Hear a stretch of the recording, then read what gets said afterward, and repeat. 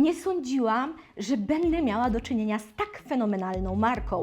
Z marką, która zaskakuje, z marką, która jest nietuzinkowa, która jest wyjątkowo artystyczna. Dlatego, że marka Schiaparelli obudziła we mnie dziecięcą radość.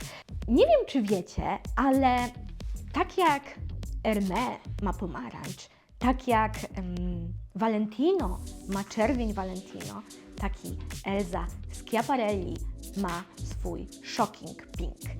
Uważam, że dzisiaj takie projekty to byłyby ikony, coś wybitnego.